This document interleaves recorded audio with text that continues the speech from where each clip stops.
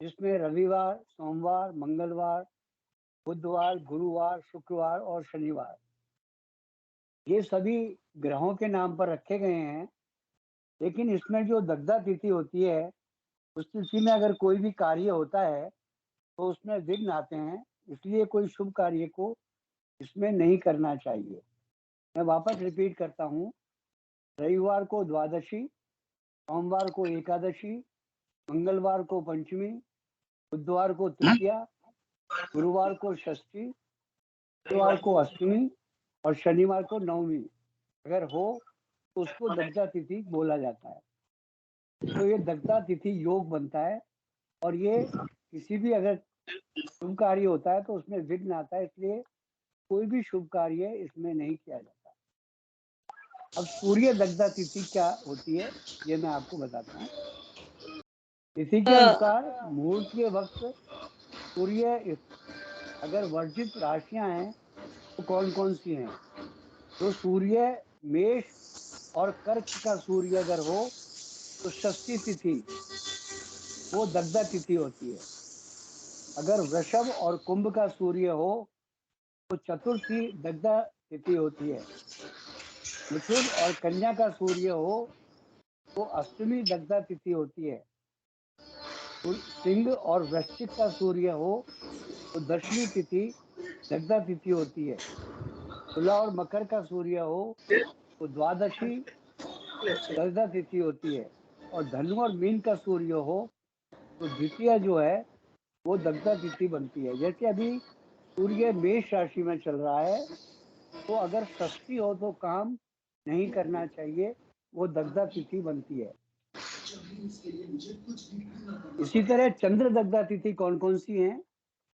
जब मेष और मिथुन का चंद्रमा हो तो चतुर्थी तिथि, वृषभ और कर्क का चंद्रमा हो तो दशमी तिथि, तुला और सिंह का चंद्रमा हो तो षष्ठी तिथि, वृश्चिक और कन्या का चंद्रमा हो तो द्वादशी तिथि, मकर और मीन का चंद्रमा हो तो अष्टमी तिथि और कुंभ और धनु का चंद्रमा हो तो द्वितीया तिथि। ये चंद्र की दग्धा तिथियां हैं।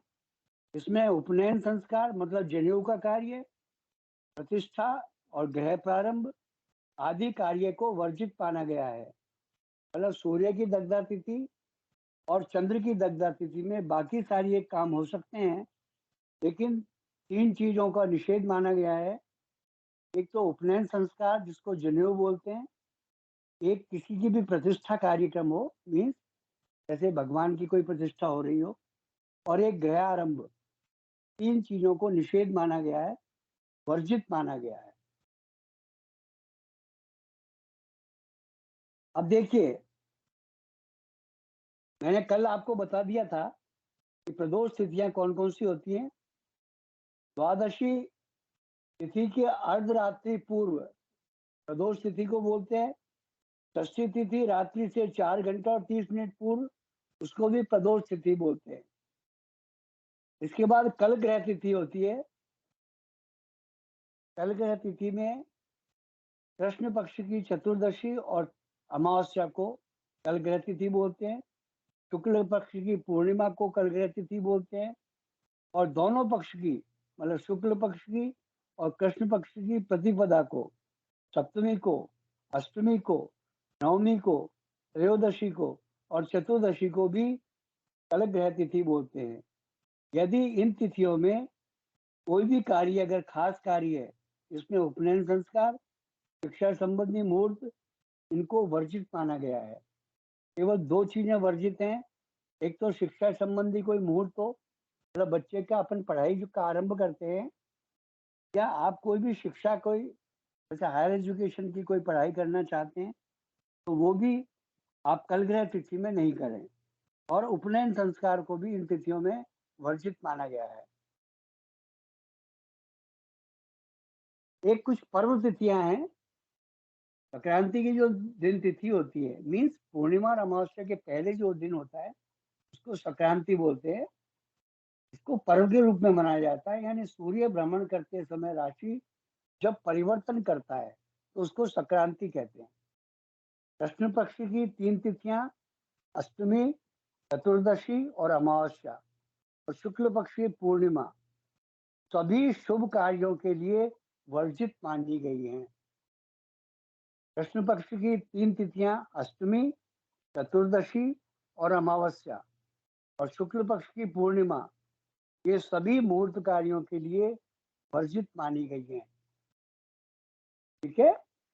अब कुछ विष तिथियां भी हैं, जैसे रविवार को चतुर्थी विष तिथि बोली गई है, सोमवार को षष्ठी विष तिथि बोली गई है, मंगलवार को सप्तमी विष तिथि है, बुधवार को द्वितीया विष तिथि है, गुरुवार को अष्टमी विष तिथि है, शुक्रवार को नवमी विष तिथि है, शनिवार को सप्तमी विष तिथि है। इस विष तिथियों में जो भी मुहूर्त अगर करते हैं तो उनको वर्जित माना गया है, मतलब इसमें कोई भी शुभ मुहूर्त नहीं किए जाते। अब मृत संज्ञक कुछ तिथियां हैं, रविवार और मंगलवार हो, नंदा तिथि हो, मतलब एकम हो, षष्ठी हो और एकादशी हो, इसको नंदा तिथि बोलते हैं। ये मृत संज्ञक तिथियां बोली जाती हैं। रविवार हो और मंगलवार हो और नंदा तिथि हो तो ये मृत संज्ञक तिथि है। सोमवार हो और शुक्रवार हो और भद्रा तिथि हो, भद्रा में 2 द्वितीया, सप्तमी और द्वादशी है। बुधवार हो और जया तिथि हो, मतलब जया में तृतीया, अष्टमी और त्रयोदशी को अपन जया तिथि बोलते हैं। इसमें बुधवार जो है मृत संज्ञक तिथि है।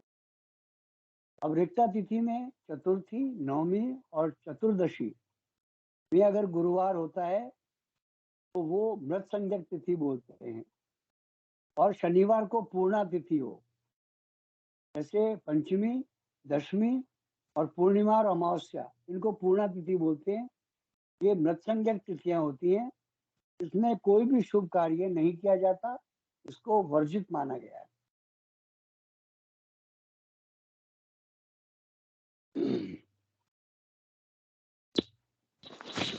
अब एक देखिए, कुछ शून्य तिथियां भी हैं, जैसे ज्येष्ठ मास में कृष्ण पक्ष की चतुर्थी और शुक्ल पक्ष की त्रयोदशी को शून्य तिथि माना गया है। इसको मास शून्य तिथि बोलते हैं। आषाढ़ मास में शुक्ल पक्ष की सप्तमी और कृष्ण पक्ष की षष्ठी को भी शून्य तिथि माना गया है। भाद्रपद मास के दोनों पक्षों में प्रतिपदा और द्वितीया को शून्य तिथि माना गया है। अश्विनी मास में दोनों पक्षों में दशमी और एकादशी को शून्य तिथि माना गया है। कार्तिक मास में कृष्ण पक्ष की पंचमी और शुक्ल पक्ष की चतुर्दशी को शून्य तिथि माना गया है। राक्षस मास में दोनों पक्षों की सप्तमी और अष्टमी को शून्य तिथि माना गया है।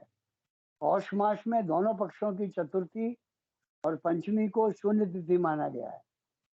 माघ मास में कृष्ण पक्ष की पंचमी और शुक्ल पक्ष की षष्ठी को शून्य तिथि माना गया है।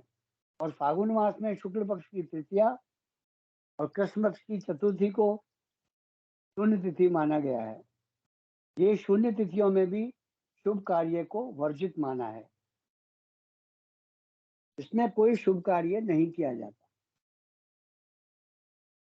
एक और मैं बता दूं आपको, कुछ मैंने कल आपको बताया भी था कि सतयुग की और त्रेता युग की, द्वापर युग की, कलयुग की जब प्रारंभ हुआ था तो उसमें भी इन जो शुभ कार्यों के लिए ये तिथियां भी वर्जित हैं। मैं वापस से एक बार रिपीट कर देता हूँ, जैसे कल मैंने बता दिया था आप लोगों को, कार्तिक मास की शुक्ल पक्ष की नवमी को सतयुग का प्रारंभ हुआ था। वैशाख मास की शुक्ल पक्ष की तृतीया को त्रेता युग का शुभारंभ हुआ था। माघ मास की कृष्ण पक्ष की अमावस्या को द्वापर युग का प्रारंभ हुआ था। भाद्रपद मास की त्रयोदशी को कलयुग मास का प्रारंभ हुआ था। ये तिथि शुभ कार्यों के लिए भी वर्जित मानी गई है, क्योंकि इसमें इसको इन तिथियों को हमेशा युगादि या मंदवादि तिथि बोलते हैं, इसमें भी शुभ कार्य वर्जित माने गए। अपन अब विशेष रूप पे एक पर चलता हूँ, आप अगर नोट करना चाहें तो नोट कर लें। नहीं तो मैं नोट्स में डालूंगा ही। अगर मैं धीरे धीरे बोलूंगा, अगर आप नोट करना चाहें तो आपको बड़ा अच्छा रहेगा। बच्चे के नामकरण के लिए सॉरी, बच्चे के नामकरण के लिए कृष्ण पक्ष की प्रतिपदा और दोनों पक्षों की 2, 3, 7, 10, 11, 12, 13 और 15 मतलब पूर्णिमा शुभ मानी गई है। मैं दोबारा रिपीट करता हूँ। बच्चे के नामकरण संस्कार के लिए कृष्ण पक्ष की प्रतिपदा मतलब एकम और दोनों पक्षों की 2, 3, 7, 10, 11, 12, 13 और पूर्णिमा इनको शुभ माना गया है। इसके अलावा नहीं करते नामकरण संस्कार किसी भी तिथि में। मुंडन संस्कार दूसरा संस्कार, कृष्ण पक्ष की प्रतिपदा और दोनों पक्षों की 2, 3, 5, 6, 7, 10, 11, 13 और पूर्णिमा ये शुभ मानी गई है। दोबारा रिपीट करता हूँ। और एक और चीज मुंडन संस्कार में ध्यान रखा जाता है, वो आप सभी नोट कर लें कि उसमें ऑड आपका उसकी एज होनी चाहिए, 1 हो 3 हो, मतलब उससे पहले। जैसे तीसरा वर्ष चल रहा हो, पहला वर्ष चल रहा हो, 5वां वर्ष चल रहा हो। मुंडन संस्कार के लिए कृष्ण पक्ष की प्रतिपदा और दोनों पक्ष की 2, 3, 5, 6, 7, 10, 11, 13 और पूर्णिमा ये शुभ मानी गई है। तो आप किसी का भी मुहूर्त अगर निकालते हैं तो इन चीजों का विशेष ध्यान रखना चाहिए। इसके बाद तीसरा जो है विद्यारंभ। बच्चे का अपन विद्यारंभ जब करते हैं, आपने देखा होगा बच्चे का पहले एक पाटला पूजन करते हैं। तब उसका विद्यारंभ करने के लिए एक पाटला पूजन होता है जिसमें गणपति का आह्वान करते हैं। और फिर उसके उसका पूजन करने के बाद में उसके सामने 4 चीजें रखी जाती है। एक किताब रखी जाती है, मतलब कोई पुस्तक रखी जाए, कोई गहना रखा जाता है, कोई खिलौना रखा जाता है और तीसरे चौथे पैसे रखे जाते हैं। तो व्यक्ति बच्चा जो है जिस तरफ जाता है वो उसकी रुचि होती है। उसके लिए विद्यारंभ के लिए शुक्ल पक्ष की 2, 3, 5, 7, 10, 11, 12, 13 और पूर्णिमा ये शुभ मानी गई है। दोबारा रिपीट करता हूं मैं। विद्यारंभ करने के लिए शुक्ल पक्ष की 2, 3, 5, 7, 10, 11, 12, 13 और पूर्णिमा ये शुभ मानी गई है। और विद्यारंभ में इस सब के बाद साथ में अपन को एक चीज और देखनी चाहिए सभी मुहूर्तों में। चौघड़िया जो है वो जैन संप्रदाय का है और अपनी होरा है। अपना जो हिंदू सनातन धर्म का जो है वो होरा है। होरा के लिए सबसे बढ़िया गिनती मैं आपको सिखा देता हूँ। जिस जो दिन होता है उस दिन की होरा से शुरू होता है। जैसे आज शुक्रवार है, ठीक है, तो उस पहली होरा जो होगी 1 घंटे की होरा होती है, वो शुक्र की होरा होगी। उसके बाद एक छोड़ दीजिए, नीचे उतरते आइए, एक छोड़िए, गुरुवार छोड़ दीजिए, फिर सोमवार पे आ जाइए, सॉरी बुधवार पे आ जाइए। तो शुक्र के बाद कौन सी हो रहा होगी? बुध की। फिर एक छोड़ दीजिए, मंगल छोड़ दीजिए, फिर सोमवार होगी। इसके बाद शनि, गुरु और मंगल उसके बाद रवि। तो ऐसे होरा को याद करने के लिए सबसे बढ़िया तरीका है रविवार से अपन होरा याद कर लें तो बहुत जल्दी याद हो जाती है। पहले रवि, फिर उसके बाद शनिवार छोड़ दीजिए, फिर शुक्र, फिर गुरुवार छोड़ दीजिए बुध, फिर मंगलवार छोड़ दीजिए सोमवार, फिर शक गुम शय गुरु शनि गुरु मंगल। तो सूर्य मतलब पहले सूर्य की रविवार की हो रहा, फिर शुक्र की हो रहा, फिर बुध की हो रहा, फिर चंद्र की हो रहा, फिर शनि की हो रहा, फिर गुरु की हो रहा, फिर मंगल की हो रहा। ऐसे याद कर लीजिए तो याद हो जाएगी। मतलब पहले रविवार, फिर छोड़ दीजिए एक शनिवार, फिर आ गया शुक्रवार, फिर गुरुवार छोड़ दीजिए बुधवार, फिर मंगलवार छोड़ दीजिए, फिर सोमवार, और फिर शगुम शनि गुरु मंगल। सभी को समझ आ गया? तो ये होरा भी देखी जाती है। और ये कौन कौन सी होरा अच्छी होती है? जिस दिन जो जो होरा हो उस वो दिन उसको पसंद होता है। और एक दिन में 3 होरा आती है।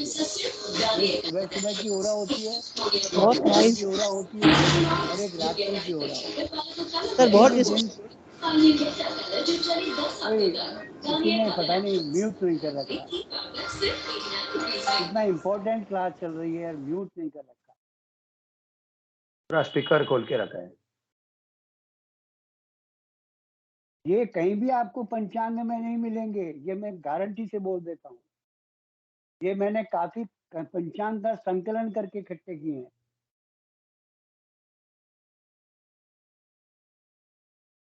ये भारत भूमि एक पंचांग आता है, जन्मभूमि पंचांग, उससे कलेक्ट किए हुए हैं, और विश्व विजय पंचांग से कलेक्ट किए हुए हैं। तो इनको सुन लीजिए अच्छी तरह, मैं भेजूंगा भी, इनको भेजूंगा भी आपको, बम्बई से प्रकाशित होता है ये, इनको भेजूंगा भी मैं आपको, लेकिन इनको नोट करना चाहिए, सभी संस्कारों के लिखवा रहा हूँ। विद्यारंभ के लिए शुक्ल पक्ष की 2, 3, 5, 7, 10, 11, 12, 13 और पूर्णिमा, और इसके बाद होरा देखेंगे। और कौन कौन सी होरा सबसे अच्छी होती है? जैसे विद्यारंभ के लिए हमेशा बुधवार की होरा देखी जाती, शुक्र की होरा देखी जाती, सोमवार की होरा देखी जाती। ये 3 होरा अच्छी होती है। अब विवाह मुहूर्त के लिए कृष्ण पक्ष की प्रतिपदा तथा दोनों पक्षों की 2, 3, 5, 7, 8, 9, 10, 11, 12, 13 और पूर्णिमा शुभ मानी गई है। दोबारा रिपीट करता हूँ। विवाह मुहूर्त के लिए कृष्ण पक्ष की प्रतिपदा और दोनों पक्षों की 2, 3, 5, 7, 8, 9, 10, 11, 12, 13 और 15 मीन्स पूर्णिमा, ये शुभ मानी गई है। आप पूछेंगे शुक्ल पक्ष की प्रतिपदा क्यों नहीं ली? क्योंकि शुक्ल पक्ष की प्रतिपदा के रोज केतुग्न करण होता है, इसलिए उसको निषेध माना गया। अब नौकरी प्रारंभ करने के लिए, किसी को नौकरी प्रारंभ करनी है, तो दोनों पक्ष की 2, 3, 5, 6, 7, 10, 11, 12 और पूर्णिमा को शुभ माना गया है। दोबारा रिपीट करता हूँ। नौकरी प्रारंभ करने के लिए दोनों पक्षों की 2, 3, 5, 6, 7, 10, 11 और 12, तो 12 और पूर्णिमा, इसको शुभ माना गया है। दुकान एवं बही खाता, मतलब जो अकाउंटिंग बुक होती है, उसको प्रारंभ करने के लिए कौन सा मुहूर्त देखा जाता है? कौन सी तिथि अच्छी होती है? कृष्ण पक्ष की प्रतिपदा और दोनों पक्षों की 2, 3, 5, 7, 10, 12, 13 और पूर्णिमा, ये शुभ मानी गई है। वापस से रिपीट करता हूँ।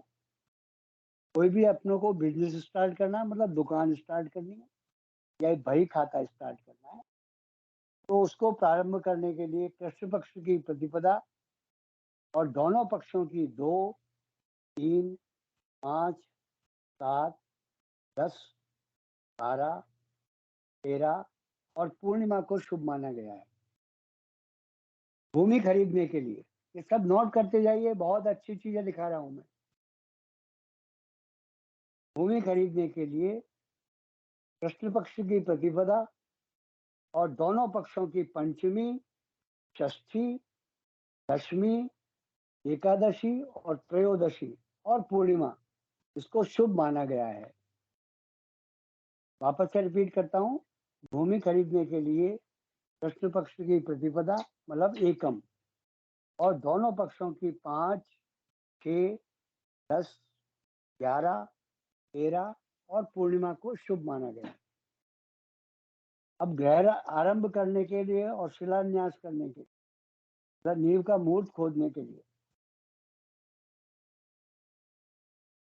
कृष्ण पक्ष की प्रतिपदा और दोनों पक्षों की 2, 3, 5, 6, 7, 10, 11, 12, 13 और पूर्णिमा को शुभ माना गया है। दोबारा रिपीट करता हूँ, गृह प्रारंभ और शिलान्यास के लिए मतलब नींव खोदने के लिए और मकान बनवाने के लिए कृष्ण पक्ष की प्रतिपदा और दोनों पक्षों की 2, 3, 5, 6, 7, 10, 11, 12, 13 और पूर्णिमा इसको शुभ माना गया है। अब आप लोगों को एक बहुत इंपॉर्टेंट चीज बता रहा हूँ जो आपको किसी भी आपको उसमें नहीं मिलेगा पंचांग में। आप एक मकान का चौरस एक वो बना लीजिए, एक चौकोर एक लाइन खींचिए, मतलब वर्गाकार एक लाइन खींचिए। अपने पास एक वर्गाकार लाइन खींचिए। समझ में नहीं आया गुरुजी। एक एक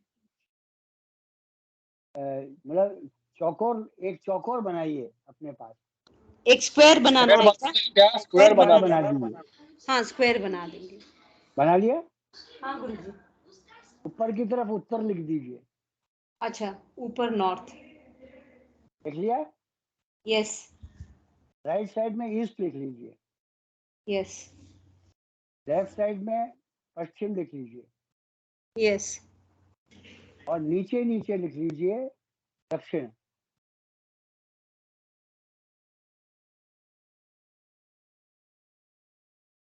लिख लिया?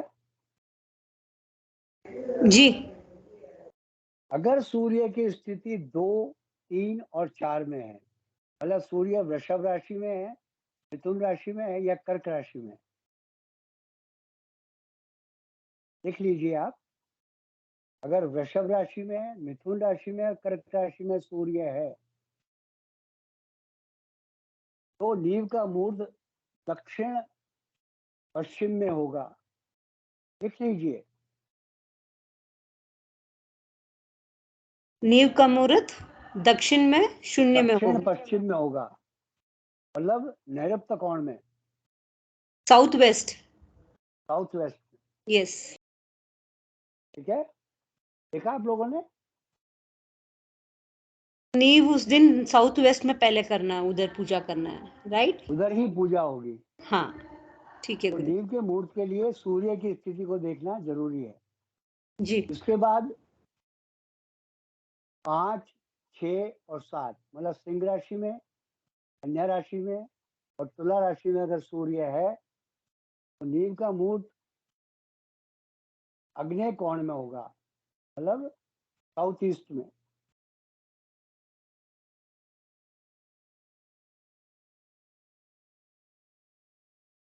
देख लिया?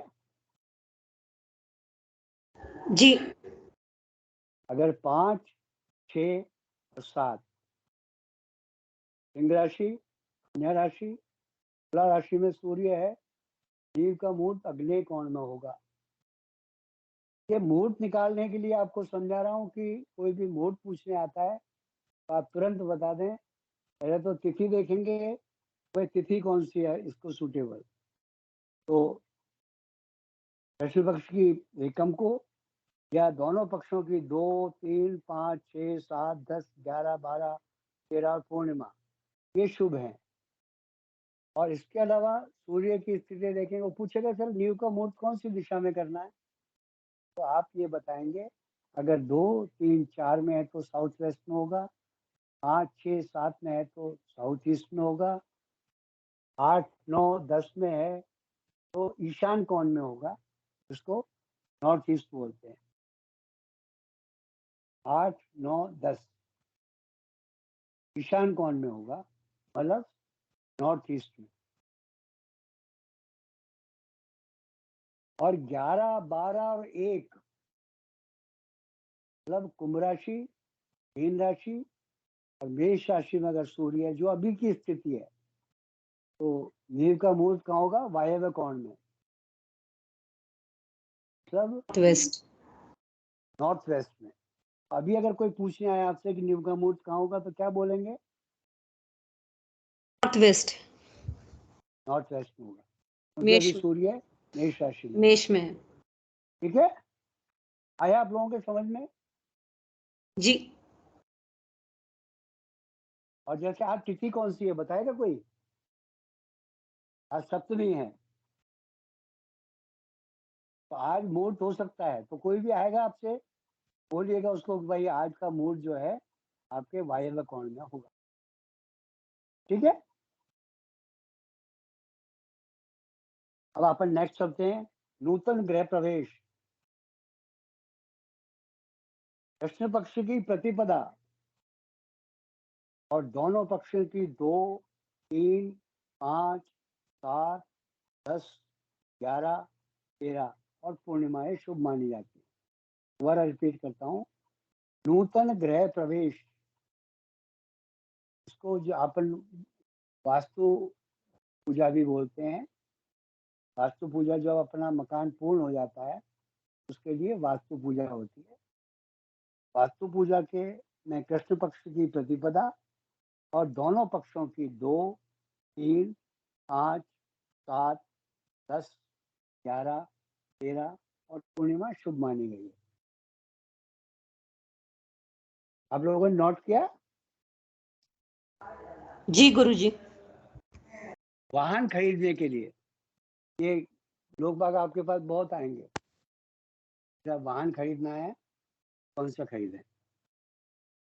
नूतन गृह प्रवेश में मैं एक और चीज बता दूं, मेरा एक्सपीरियंस है। मैंने काफी वास्तु विजिट भी की है, इन चीजों को भी मैंने करवाया है। नूतन गृह प्रवेश जब भी होता है तो घर में 2 चीजें जरूर होनी चाहिए। एक तो नवचंडी यज्ञ, जो भी सनातन धर्म वाले उनके लिए बोल रहा हूँ। एक तो नवचंडी यज्ञ जरूर होना चाहिए, और एक श्री सूक्त और एक पुरुष सूक्त के पाठ जरूर होने चाहिए। उस घर में लक्ष्मी का वास हो जाता है। वाहन खरीदने के लिए कृष्ण पक्ष की प्रतिपदा, दोनों पक्षों की 2, 3, 5, 6, 7, 10, 11, 12, 13 और पूर्णिमा ये शुभ मानी गई है। वापस रिपीट करता हूँ। वाहन खरीदने के लिए कृष्ण पक्ष की प्रतिपदा, दोनों पक्षों की 2, 3, 5, 6, 7, 10, 11, 12, 13 और पूर्णिमा को शुभ माना गया है। एक चीज और नोट कर लें इसमें जो बहुत इंपॉर्टेंट है, एक चीज और नोट कर लें जो इसमें बहुत इंपॉर्टेंट है। कोई भी अपने से वाहन खरीदने के लिए पूछने आता है तो चर लग्न का देखकर उसको बताएं। उस समय चर लग्न होना चाहिए जब वो गाड़ी को उठाता है वहां से, क्योंकि तभी गाड़ी उसकी चलती रहती है। तो चर लग्न होना चाहिए। चर लग्न कौन से हैं? 4, 7, 10 ये चर लग्न माने गए हैं। ओके, 1, 4, 7 और 10 ये चर लग्न होते हैं। ठीक है, मेष, कर्क, तुला और मकर, इसको कर लग्न बोलते हैं। ये लग्न जो है हर 2 घंटे में सूर्य अपनी राशि बदलता है। उसको अपन तुरंत निकाल लें या प्रश्न कुंडली बना लें, प्रश्न कुंडली से पता लग जाएगा। उसको बता देंगे भाई चर लग्न में आपको गाड़ी उठानी है।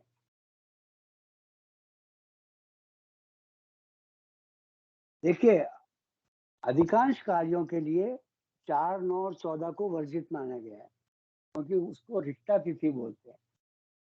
रिक्ता तिथि में कोई भी शुभ कार्य नहीं होता, केवल षटकर्म के लिए इसका प्रयोग होता है, मतलब तंत्र कार्यों के लिए इसका प्रयोग किया जाता है।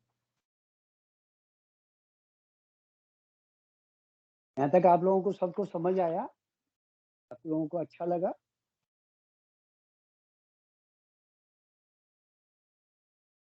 जी गुरुजी। जी गुरुजी जी।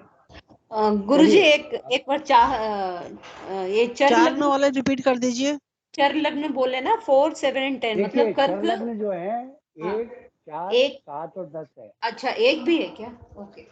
हाँ, मेष राशि, और सर कर्क राशि, तुला हाँ राशि हाँ, और मकर राशि, ये चर लग्न है। तो लग्न का डाल लग्न के। मीन्स आपका कुंडली का जब पहला जो होता है वो लग्न होता है। हाँ लग्न। तो लग्न उस समय चर लग्न होना चाहिए जब वो गाड़ी उठाता है। ये ध्यान रखने वाली चीज है, इसलिए मैंने बताया। ये पंचांग में आपको कहीं भी ये मुहूर्त नहीं मिलेंगे, तो आप अब नोट कर लीजिए, है ना? जी जी।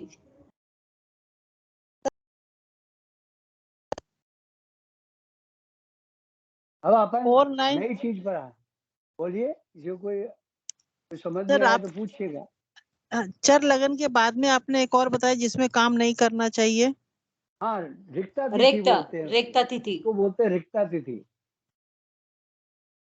रिक्ता तिथि होती है 4, 9 और 14। वो मैंने आपको सिखाया था कैसे निकालते हैं। आप सबसे पहले 1 नंबर पे नंदा तिथि पर 1 लिख लो, फिर भद्रा पे 2 लिख लो, फिर जया पे 3 लिख लो, फिर रिक्ता पे 4 लिख लो, फिर पूर्णा पे 5 लिख लो, फिर रोटेट करते रहो इसको। आप लोगों ने अगर सर्वतोभद्र चक्र देखा है तो ऊपर ही ऊपर नंदा है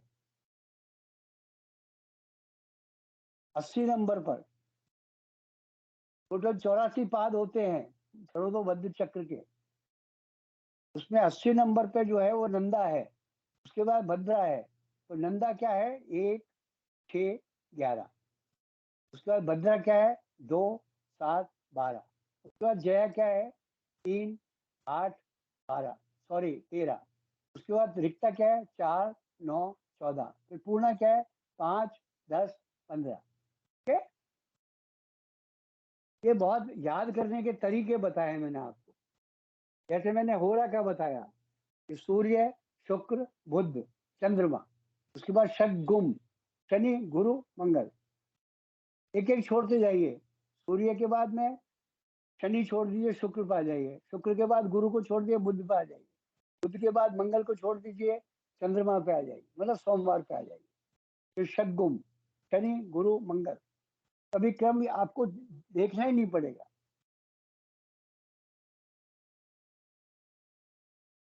सर ठीक है? प्रॉब्लम ये है कि आजकल हम हमारे संस्कारों से अलग होते जा रहे हैं सर।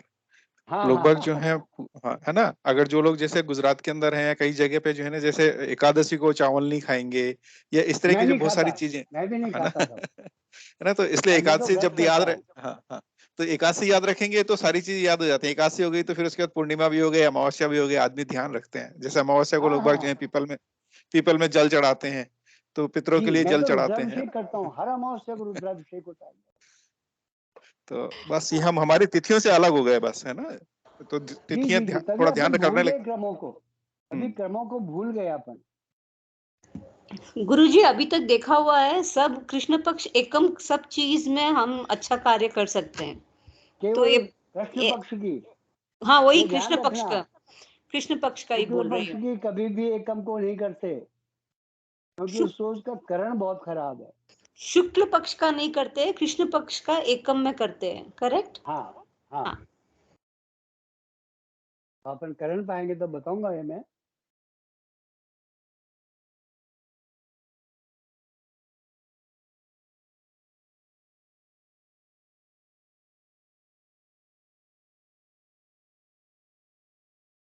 ये तो आप लोगों को सभी को पता होगा कि नक्षत्र का जो है 13.20 डिग्री का होता है, सब लोगों को पता होगा। आप लोगों को एक नक्षत्र जो होता है 13 डिग्री 20 कला का होता है, और एक नक्षत्र के 4 चरण होते हैं। इसलिए जो माला है उसमें 108 मणि क्यों होते हैं? क्योंकि नक्षत्र के 27 नक्षत्र के 4 चरण, तो 27 8 जा 27 4 जा 108।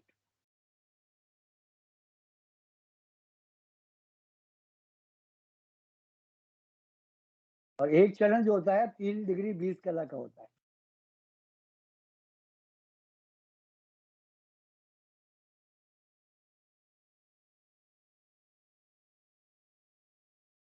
आप लोगों को पंचांग में कभी आप कुंडली मिलान भी करते हैं क्या? नहीं आया, समझ में नहीं आया गुरुजी, क्या पूछे? कुंडली मिलान करते हैं क्या आप? हाँ सर, कई बार आता हाँ है। हाँ हाँ, मिलाते हैं कभी कभी। कुंडली मिलान में एक चीज ध्यान रखिएगा आप, हाँ कुंडली मिलान में कभी भी षष्ठी से षष्ठी को मत मिलाना, नहीं तो संतान नहीं होती कभी भी। अगर षष्ठी की लड़की है और षष्ठी का लड़का है तो संतान कभी नहीं होगी। ये मेरे एक्सपीरियंस से देखा हुआ है, और 99.99 केसेस में ऐसा है। मैं आपको अच्छा एस्ट्रोलॉजर मानता हूँ, और मेरे परिवार में एक ऐसा केस आ गया कि मेरे भाई नहीं माने, नहीं नहीं ऐसा कुछ नहीं होता, और फिर ऐसा ही हुआ। बच्चे नहीं हुए उनके अभी तक, गुरुजी, शादी को 17 साल हो गए। एक नाड़ी है तो भी नहीं होता है ना बच्चे? बहुत नहीं, देखिए उसमें एक नाड़ी। चांसेस फिर भी हो जाते हैं। अच्छा। 3 तरह की नाड़ियां होती है, हाँ, आदि, मध्य और अंत। मध्य और अंत। हाँ इसमें तीनों नाड़ियां में अगर बराबर एक जैसी नाड़ियां होती हैं तो हाँ, नाड़ी दोष होते हैं, करेक्ट। जिसके हाँ 8 नंबर हैं। तो जी। इसमें चांसेस हैं कि बच्चे नहीं हो, लेकिन फिर भी हो जाते हैं। ये एकदम कट ऑफ नहीं है, लेकिन षष्ठी से षष्ठी का 100% है। जी, अगर और नक्षत्र भी पराग का अलग है तो, नक्षत्र भी अगर जी, मतलब, अच्छा ठीक है। नक्षत्र चाहे एक ही है, लेकिन षष्ठी से षष्ठी नहीं हो। आप लोगों को मैं ये चार्ट भेज दूंगा, क्योंकि ये बताएंगे तो बहुत ज्यादा। ये आप लोगों को पता है कौन सी योनि में, अश्विनी नक्षत्र में कौन सी योनि है, कौन सा देव और कौन सी नाड़ी बनती है? गुरुजी बाय हार्ट नहीं है। तो ये मैं चार्ट भेज दूंगा, कोई दिक्कत नहीं है। आप लोगों को पता है कि मेष राशि जो होती है उसका स्वामी मंगल है, और अग्नि तत्व है ये। इसमें अश्विनी नक्षत्र के 4 चरण है, भरणी के 4 चरण है, और कृतिका का 1 चरण है। इसी तरह वृषभ राशि का स्वामी शुक्र है, वो पृथ्वी तत्व है। उसमें कृतिका के 3 चरण है। जब देखिए कृतिका का 1 चरण जब अश्विनी में छूट गया, मतलब मेष राशि में जब छूट गया, तो वृषभ राशि में 3 चरण यहाँ आ गए। क्योंकि एक राशि में हमेशा 9 चरण होते हैं। आप लोगों को सभी को पता होगा, एस्ट्रोलॉजर हैं आप लोग, कि एक राशि में 9 चरण होते हैं। तो सबसे पहले अपन अगर मेष से चलते हैं, तो मेष का स्वामी जो होता है वो मंगल है, राशि अग्नि तत्व है। तो अश्विनी का 4 चरण हो गए, भरणी के 4 चरण हो गए, कृतिका का 1 चरण हो गया। फिर वृषभ के जो बचे हुए कृतिका के 3 चरण आ गए, रोहिणी के 4 चरण हो गए, मृगशिरा के 2 चरण हो गए। फिर मिथुन राशि में इसका स्वामी बुध है, और वायु तत्व है ये राशि। इसमें जो 2 चरण छूटे वृषभ के, तो 2 चरण मिथुन राशि में आ गए, फिर 4 चरण आद्रा के आ गए, और 3 चरण पुनर्वसु के हो गए, क्योंकि 9 चरण ही आते हैं। उसके बाद कर्क राशि जो है उसका स्वामी चंद्रमा है, और राशि तत्व जो है जल तत्व। इसका पुनर्वसु का 1 चरण आ गया, पुष्य के 4 चरण आ गए, और अश्लेषा के 4 चरण आ गए। इस तरह सिंह राशि का स्वामी सूर्य है, ये भी अग्नि तत्व है। इसमें मघा के 4 चरण, पूर्व फागुनी के 4 चरण, और उत्तरा फाल्गुनी का एक चरण आएगा। अपन अगर पंचांग में देखेंगे अपन को लिखा हुआ दिखेगा। एक कन्या राशि है, उसका स्वामी बुध है, ये पृथ्वी तत्व है। उत्तरा फाल्गुनी के सूर्य का जो नक्षत्र है उसके 3 चरण, हस्त नक्षत्र के 4 चरण और चित्रा के 2 चरण, वो कन्या राशि में आएंगे। इसके बाद तुला राशि बनती है। तुला राशि में शुक्र इसका स्वामी है और वायु तत्व है ये। तो चित्रा नक्षत्र के 2 चरण, स्वाति नक्षत्र के 4 चरण और विशाखा नक्षत्र के 3 चरण। इसी तरह वृश्चिक राशि है। मैं एक और चीज बता दूं बीच में, अपने बच्चों का नाम हमेशा नक्षत्र अक्षर पर ही रखें, तो बच्चे बहुत प्रोग्रेस करते हैं। क्योंकि मेरे पिता एस्ट्रोलॉजर थे, मेरे पिता ने मेरा नाम नक्षत्र का चरण था, उसी के नाम पे ही नाम मेरा उस पे ही रखा। और मेरे बच्चों का भी, मैंने तीनों बच्चों का नाम मेरा नक्षत्र चरण पे रखा है, नक्षत्र के नामाक्षर पे रखा, तो बहुत प्रोग्रेस की बच्चों ने। ये मेरा एक्सपीरियंस बता रहा हूँ आपको मैं, बहुत अच्छी प्रोग्रेस मिलती है बच्चों को, कभी देखना नहीं पड़ता बच्चों को। वृश्चिक राशि का स्वामी मंगल है, राशि जल तत्व है, नक्षत्र स्वामी विशाखा का 1 चरण, अनुराधा के 4 चरण और ज्येष्ठा का 4 चरण। धनु राशि में गुरु इसका स्वामी है, अग्नि तत्व राशि है, मूल नक्षत्र के 4 चरण, पूर्वाषाढ़ा के 4 चरण, उत्तराषाढ़ा का 1 चरण। मकर राशि का स्वामी शनि है, पृथ्वी तत्व है, उत्तराषाढ़ा के 3 चरण, श्रवण के 4 चरण और धनिष्ठा के 2 चरण। कुंभ राशि का स्वामी शनि है, वायु तत्व है, धनिष्ठा के 2 चरण, शतभिषा के 4 चरण और पूरा भाद्रपद के 3 चरण। लास्ट में मीन राशि है जिसका स्वामी गुरु है और ये जल तत्व है, पूरा भाद्र के 1 चरण, उत्तरा भाद्रपद के 4 चरण और रेवती के 4 चरण। मैं आपको एक और चीज बता दूं कि गंडमूल नक्षत्र जो है वो 6 नक्षत्र हैं।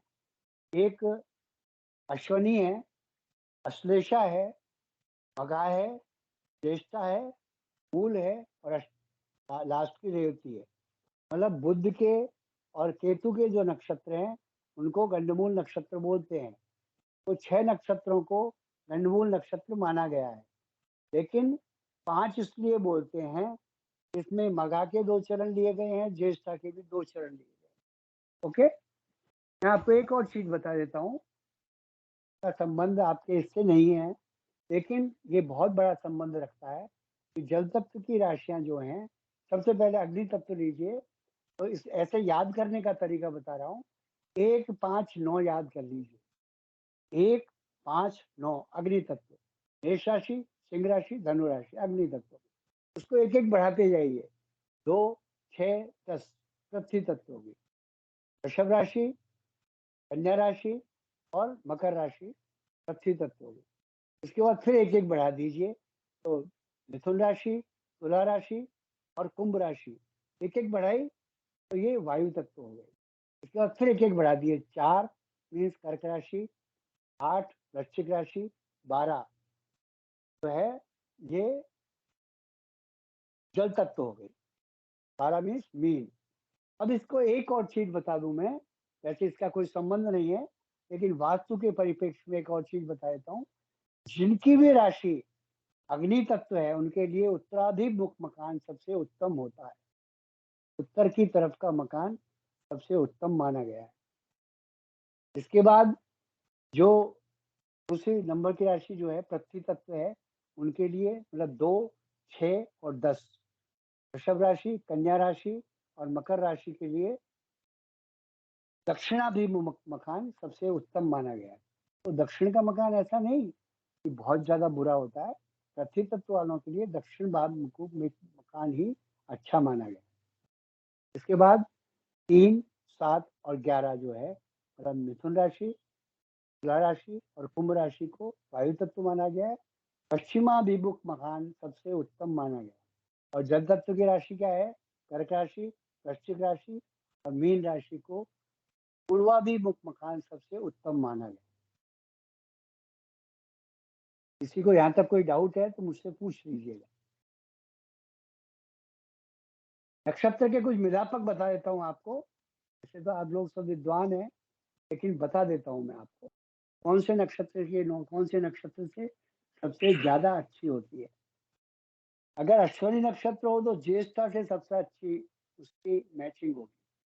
भरणी नक्षत्र है तो अनुराधा से सबसे अच्छी मैचिंग होगी। कृतिका नक्षत्र है तो विशाखा से सबसे अच्छी मैचिंग होगी। रोहिणी नक्षत्र है तो स्वाति से सबसे अच्छी मैचिंग होगी। दक्षिणा नक्षत्र है तो धनिष्ठा से सबसे अच्छी मैचिंग होगी। आद्रा नक्षत्र है तो श्रवण से सबसे अच्छी मैचिंग होगी। पुनर्वसु है तो उत्तराषाढ़ा से सबसे अच्छी मैचिंग होगी। पुष्य नक्षत्र है तो पूर्वाषाढ़ा से सबसे अच्छी मैचिंग होगी। श्लेषा नक्षत्र है तो मूल नक्षत्र से सबसे अच्छी।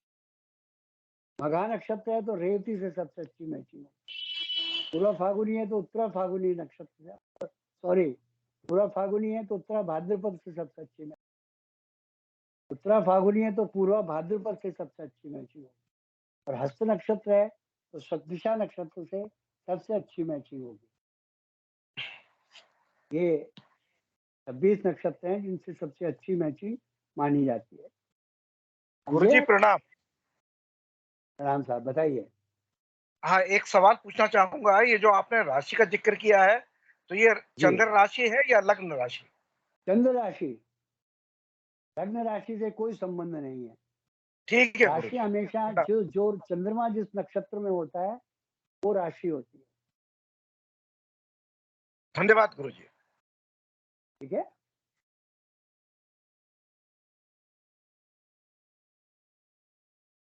गुरुजी प्रणाम। राम जी बोलिए।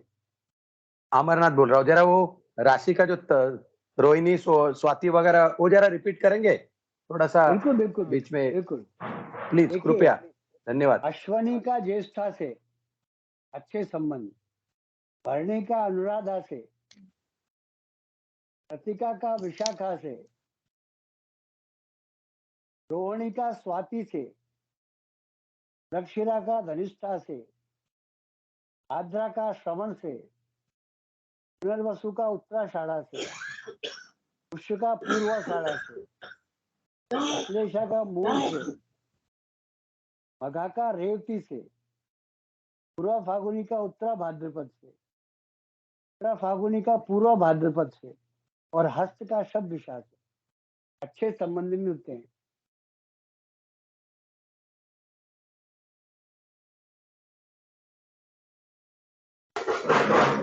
और इसमें आप पूछेंगे कि चित्रा को क्यों नहीं दे दिया, क्योंकि चित्रा नक्षत्र बहुत ही शुभ नक्षत्र माना गया है, अभिजित के बराबर का नक्षत्र माना गया है। मतलब चित्रा नक्षत्र एक ऐसा नक्षत्र है जो सभी से जिसकी मिलापक हो सकता है। अभिजित एक ऐसा नक्षत्र जिसका सबके साथ मिलापक हो सकता है।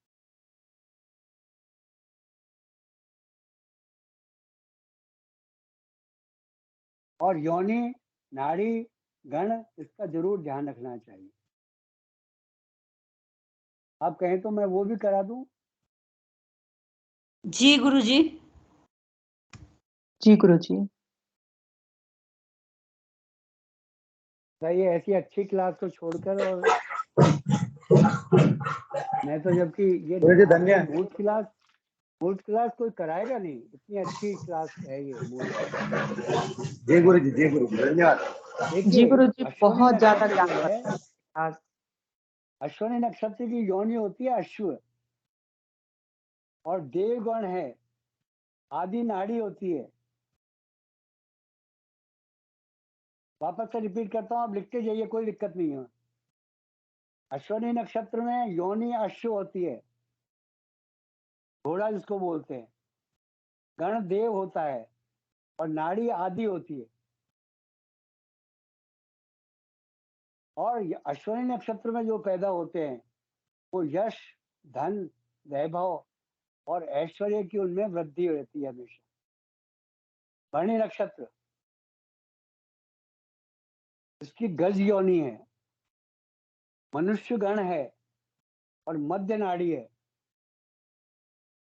और पुरुषों की आयु इसमें दीर्घ रहती है। भरणी नक्षत्र वाले हमेशा आपको 85 प्लस जीते हुए मिलेंगे।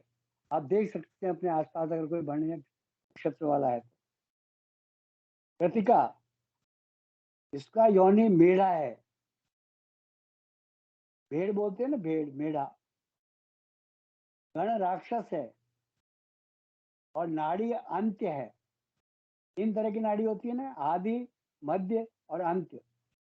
तो ये अंत्य नाड़ी है कृतिका नक्षत्र। इनको अग्नि भय रहता है हमेशा, कृतिका नक्षत्र वालों को। इसके बाद रोहिणी का नंबर आता है, उसकी योनि सर्प है। आप कभी कोई कुंडली हाथ से बना आती है आप लोगों को, या सॉफ्टवेयर पे डिपेंडेंट हैं आप? कितने नहीं, लोगों हाँ, को आती है हाथ से बनाना कुंडली? मेरे को आती है गुरुजी। हाँ, आपको आती होगी।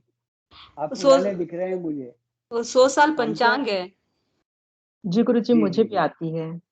आती है आपको भी, बहुत सुंदर। जी जी, क्योंकि धन्यवाद। मैंने तो मेरी पढ़ाई वहां से चालू हुई है। मेरी तो जब मैं स्टार्टिंग हुई थी मेरी एस्ट्रोलॉजी की, तो मैंने 150 पेज की कुंडली बनाई है हाथ से। जी जी। और पहले राउंड कुंडलियां बनती थी, मतलब उसको अगर आप खोलो तो कम से कम 1 फरलांग चली जाती थी कुंडली। और उसको नीले और लाल शाही से हम लोग बनाते थे।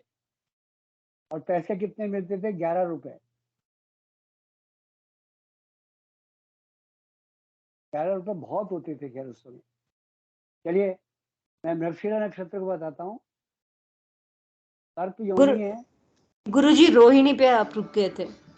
रोहिणी का स्वामी जो है वो उनकी योनि सर्प है, गण मनुष्य है और नाड़ी अंत्य है। इनको यश, धन, संपत्ति की वृद्धि हमेशा मिलेगी। जो रोहिणी नक्षत्र में पैदा होती है, उसका सबसे ज्यादा जीता जागृत उदाहरण भगवान कृष्ण है। इसके बाद मृगशिरा का नंबर आता है।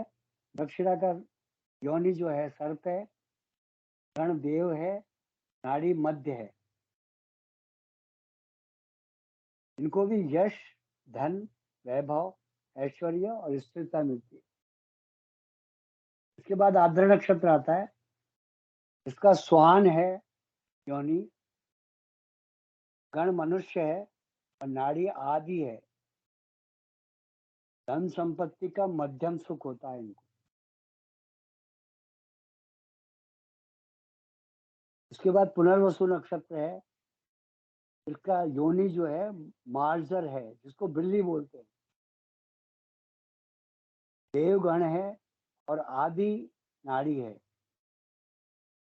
इनको यश, नाम, धन और संपत्ति सभी मिलती है। इसका सबसे बढ़िया उदाहरण है भगवान राम। पुनर्वसु का नक्षत्र का जन्म था उनका। उसके बाद पुष्य नक्षत्र आता है, जिसका योनि मेढ़ा है, गण देव है, नाड़ी मध्य है। उत्तम संतान सुख की प्राप्ति होती है। अश्लेषा नक्षत्र में योनि मार्जर है, गण राक्षस है, नाड़ी अंत्य है। ये कूट मिलापक में काम आती है। अपन को किसी कुंडली मिलान करनी हो, ये काम आती है चीजें। ये नंबर है हर एक के अलग अलग। इसमें आयु का क्षय होता है। अश्लेषा नक्षत्र वालों की आयु कम मिलेगी आपको, क्योंकि आजकल सबसे बड़ी खराबी क्या हो गई कि गंडमूल नक्षत्र जिनका होता है वो नक्षत्र शांति कराते ही नहीं है, क्योंकि धर्म को मानते नहीं है लोग। आपको पता है, अगर नक्षत्र की शांति नहीं होती, देखिए 3 नक्षत्र जो हैं जो 27 दिन के मूल निकलते हैं, और 3 नक्षत्र जो हैं जिनके 19 दिन के मूल निकलते हैं, और तब तक पिता संतान की शक्ल नहीं देखता। ये मेरे समय की बात बता रहा हूँ। आजकल तो इनको कोई बात कोई मानते नहीं है।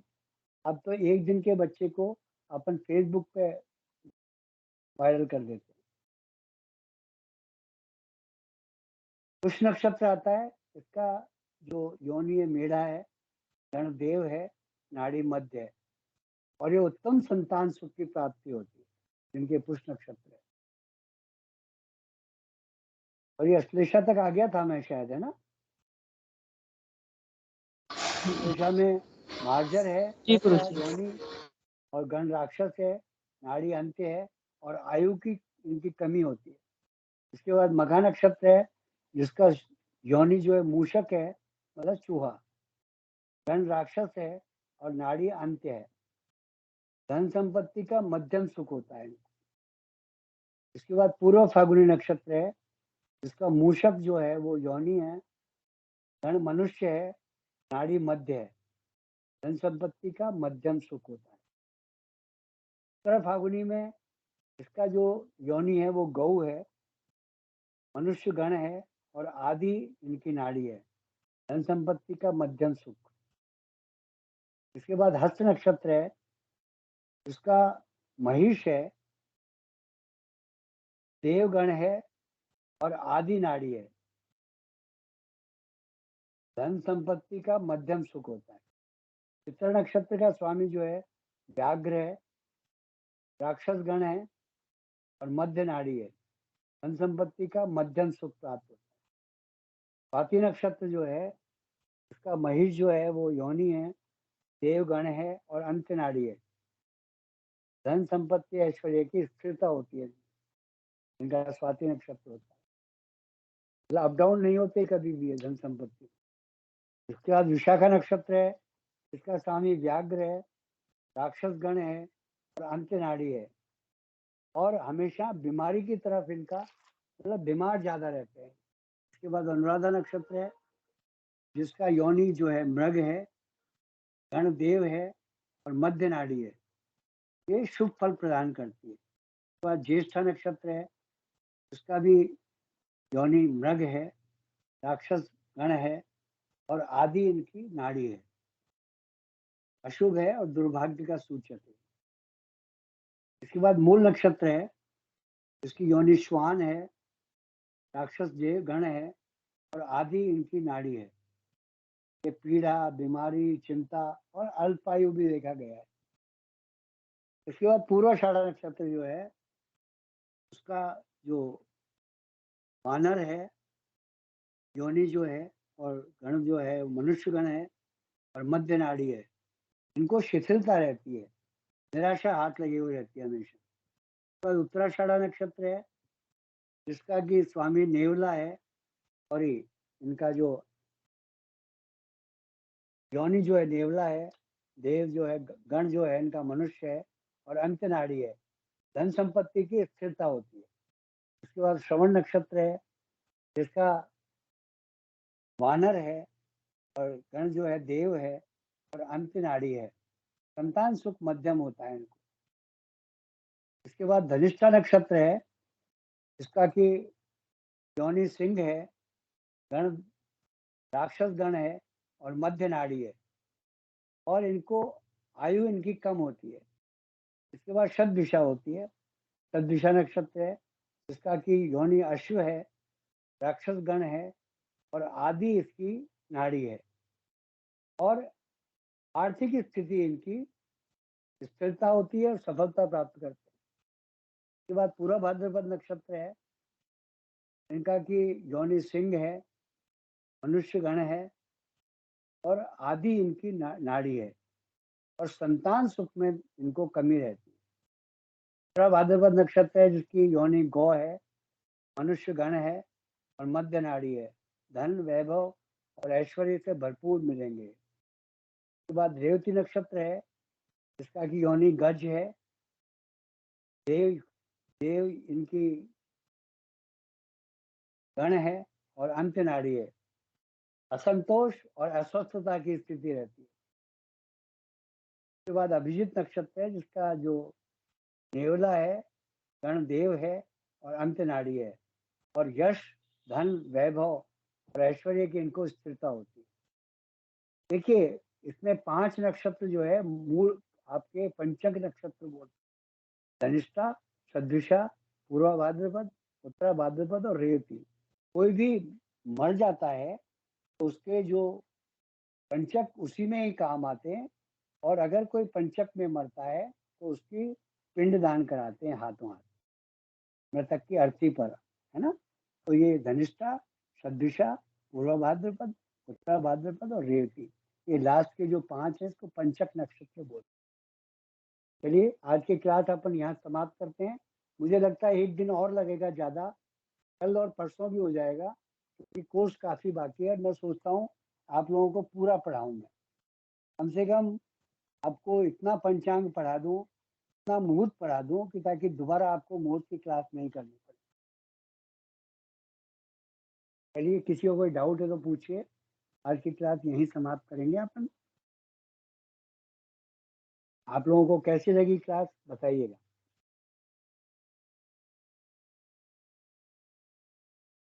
किसी को कोई डाउट बहुत अच्छी है गुरुजी, बहुत बढ़िया है सर। बहुत बहुत बढ़िया, बहुत मार्गदर्शन मिला, धन्यवाद आपको। आपका 2 दिन और मैं लूंगा, क्योंकि 2 दिन में मैं काफी आप लोगों को सिखाऊंगा, और इसमें मैं आगे के जो 16 संस्कार हैं उसके भी मैं लेके जाऊंगा और उसके भी मुहूर्त निकालना सिखाऊंगा। आप लोगों को शायद किसी को पता नहीं होगा कि नींव का मुहूर्त कैसे निकालते हैं। सूर्य की स्थिति को देख के फिर निकालते हैं, है ना? जी जी गुरुजी, बहुत बहुत धन्यवाद गुरुजी, बहुत ही ज्ञानवर्धक क्लास था, बहुत धन्यवाद गुरुजी। चलिए, अपन फिर कल 7:45 बजे मिलते हैं वापस। जी गुरुजी, जय गुरुजी, प्रणाम, शुभ रात्रि, प्रणाम, धन्यवाद, शुभ रात्रि, शुभ रात्रि। सबको धन्यवाद। शुभ भोजन रात्रि। करिएगा आप थैंक यू, सब लोग। Thank you. धन्यवाद, शुभ रात्रि सभी सर। सभी को शुभ रात्रि, धन्यवाद। Thank you sir.